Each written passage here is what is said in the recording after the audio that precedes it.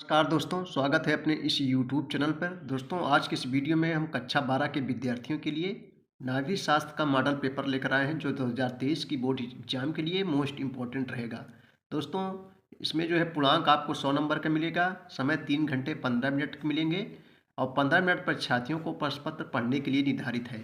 समझ रहे बच्चों, सभी प्रश्न अनिवार्य है। एक पहले बहुविकल्पी रहेगा, उसके बाद अतिलघुत्तरी जो 10 शब्दों में लिखना है। कुछ बच्चे होते हैं बच्चों जो अतिलघुत्तरी 10 शब्दों में लिखना होता है, लिख देते हैं कई अंकों में, तो ऐसा ना करिए। अतिलघुत्तरी क्वेश्चन 10 शब्दों में ही लिखिए, एक वाक्य में देना है।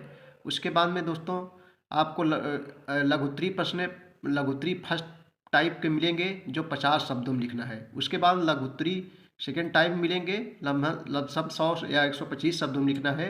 उसके बाद दोस्तों जो है विस्तृत उत्तरी प्रश्न रहेगा, जो आपको 250 शब्दों में, 200 शब्द लिखोगे तब भी चलेगा। समझ रहे दोस्तों।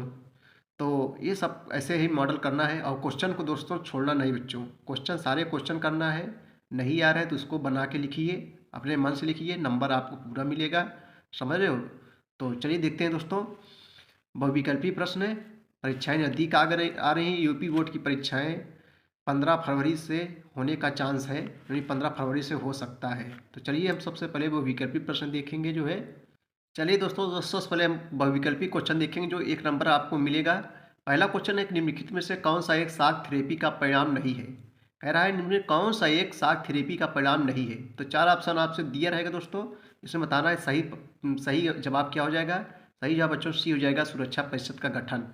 अगला क्वेश्चन है नीति आयोग का गठन कब किया गया बच्चों। नीति आयोग का गठन कब किया गया। देखो, नीति आयोग को पहले योजना आयोग के नाम से जाना जाता था, लेकिन भाजपा की सरकार आई, इसका नाम जो है नीति आयोग का नाम बदलकर योजना आयोग का नाम बदलकर अब नीति आयोग हो गया। तो बच्चों यहाँ नीति आयोग का गठन कब किया गया, तो ये वर्ष 2015 ईस्वी में। पहले योजना आयोग था।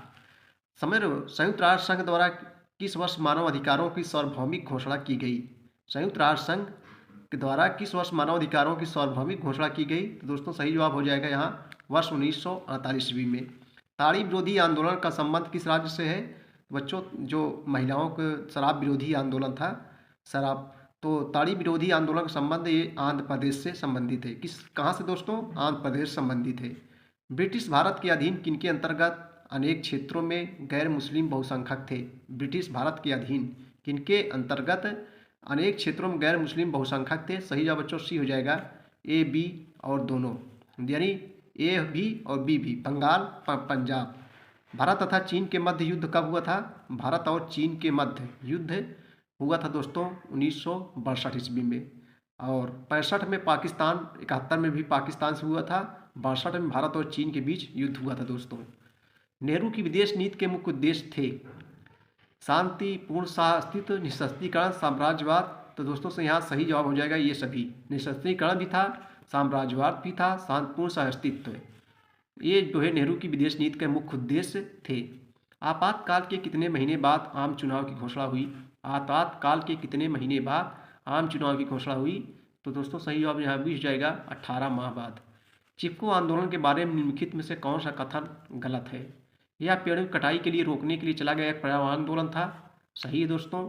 इस आंदोलन में पारिस्थितिकी और आर्थिक शोषण के मामले उठाए गए, ये भी सही है। यह महिलाओं द्वारा शुरू किया गया शराब विरोधी आंदोलन था, ये गलत है दोस्तों, ये जो है गलत है। इस आंदोलन की मांग थी कि स्थानीय निवासियों को अपने प्राकृतिक संसाधनों पर जो है नियंत्रण होना चाहिए, ये भी सही है, लेकिन सी वाला गलत है। चलिए अगला क्वेश्चन देखेंगे हम लोग। क्वेश्चन नंबर 10 है दोस्तों, अयोध्या के बाबरी विध्वंस समय के समय उत्तर प्रदेश के मुख्यमंत्री कौन थे। तो दोस्तों यहाँ सही जवाब हो जाएगा कल्याण सिंह। कौन थे मुख्यमंत्री, कल्याण सिंह थे। चलो बच्चों, अतिलघुत्तरी क्वेश्चन हम लोग देख लेंगे जो इंपॉर्टेंस है। ये मॉडल पेपर चल रहा है। देखो, जोजेफ स्टालिन का संक्षिप्त परिचय दीजिए। ताकि इसका उत्तर देखेंगे हम लोग। देखो, जोजेफ स्टालिन 1879 से 1953 लेनिन के उत्तराधिकारी थे। लेनिन के बाद जो है शासक थे। लेनिन के उत्तराधिकारी इन्होंने सोवियत संघ के मजबूत बनाने के दौर में 1924-53 का नेतृत्व किया। इन्होंने औद्योगिकरण को तेज़ी से बढ़ावा दिया और खेती का जो है बलपूर्वक सामूहिकरण किया था। दूसरे विश्व युद्ध में जीत का श्रेय इन्हीं को जाता है। इन्हें जो है सोवियत संघ में तानाशाही के लिए जिम्मेदार माना जाता है दोस्तों। आसियान शैली से क्या अभिप्राय है। अगला क्वेश्चन है, आसियान शैली से क्या अभिप्राय है। देखो, आसियान की कार्य शैली को आसियान शैली नाम से जाना जाता है। जिसकी सर्वप्रमुख विशेषता राष्ट्रों को सार्वभौमिकता का सम्मान करना एवं क्षेत्रीय अखंडता और स्वतंत्रता को जो है कायम रखना है। आसियान के देशों के बीच विवाद को जो है शांतिपूर्ण जो है हल करना, ये जो है आसियान शैली के दोस्तों यही अभिप्राय है। सार्क के किन्हीं दो उद्देश्यों का उल्लेख कीजिए। सार्क जिसका जो है हेडक्वार्टर जो है काठमांडू में है। सार्क क्या है दोस्तों? एक क्षेत्रीय संगठन है। तो यहाँ पूछा है सार्क किन्हीं दो उद्देश्यों का उल्लेख कीजिए। आइए उस उत्तर देखेंगे। सार्क के दो उद्देश्य निम्नलिखित हैं। नंबर 1, दक्षिण एशिया क्षेत्रों में शांति एवं स्थायित्व बढ़ाना और देशों के बीच जो है मैत्रीपूर्ण संबंध स्थापित करना।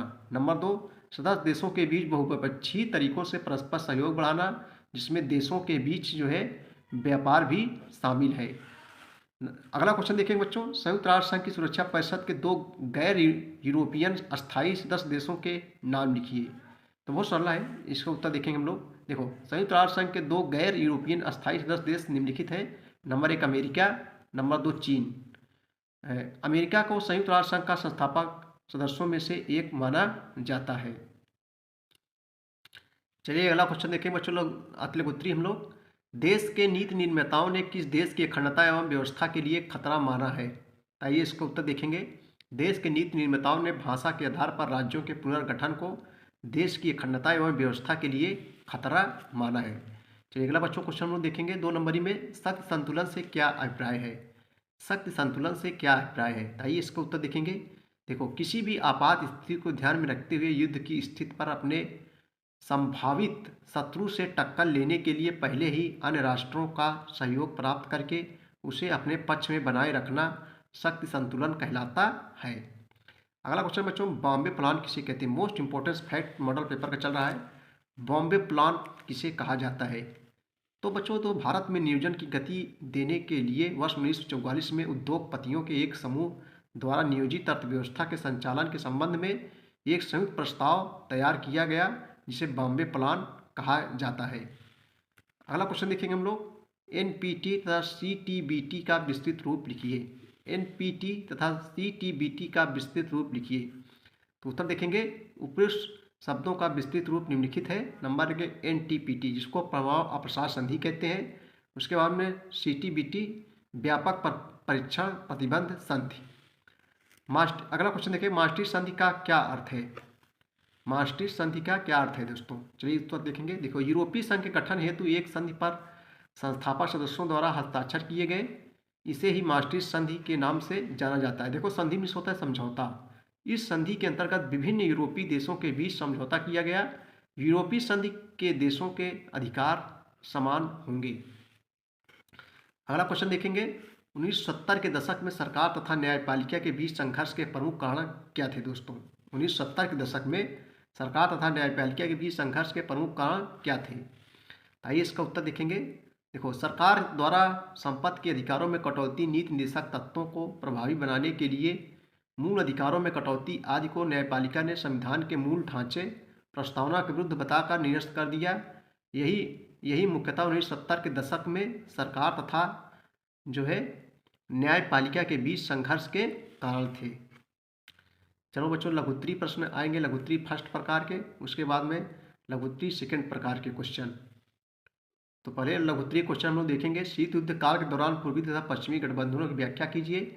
यूरोप के 2 देशों के नाम भी लिखिए जो इनमें से किसी भी गठबंधन के सदस्य नहीं थे। आइए इसका उत्तर हम लोग देखेंगे बच्चों। 5 नंबर मिलेगा आपको। कितने अंक? 5 अंक। शीत युद्ध काल के दौरान पूर्वी तथा पश्चिमी गठबंधनों की व्याख्या कीजिए। यूरोप के किन्हीं 2 देशों के नाम लिखिए जो इनमें से किसी भी गठबंधन के सदस्य नहीं थे। आइए इसका उत्तर देखें दोस्तों। उत्तर पूर्वी गठबंधन ही डाल लेंगे। देखो, उत्तर पूर्वी गठबंधन वर्षा पैठ शीत युद्ध के दौरान नाटो के उत्तर में साम्यवादी देशों द्वारा मई 1955 में बनाया गया। सोवियत संघ इस संगठन का सर्वेसर्वा था, परंतु शीत युद्ध की समाप्ति के साथ ही फरवरी 1991 में वर्षा पैक्ट भी जो है समाप्त हो गया था। तो बच्चों, एक क्वेश्चन पूछ सकता है 1 नंबर में कि शीत युद्ध का समाप्ति कब हुई थी? तो 1991 ईस्वी में।